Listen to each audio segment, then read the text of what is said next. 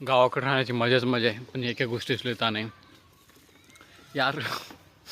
पेयच्या पाण्याची प्रॉब्लेम. अगोदर असं नाही की प्रत्येक वेळेस पेयच्या पाण्याची प्रॉब्लेम होती. पहिलं खूप भारी पाणी लागायचं. गावातलं पाणी पण हापसा असतो ना, त्याचं पाणी पण भारी लागायचं. आत्ता पण एकदम एवढं बिघडले ना पाणी.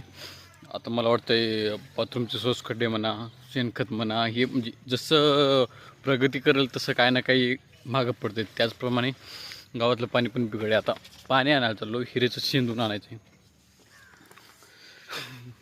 अशा पिरियडमध्ये पण आम्ही शेंदून पाणी आणतो होतं. म्हणजे असं नाही की आम्हाला पाणी नाही, पण कसं शेतातलं पाणी कसं प्यायला गोड लागतं आहे, गावातलं पाणी नाही. त्यासाठी शेंदून आणावं लागतं आहे. आणि रस्ता बघायचा का तुम्हाला?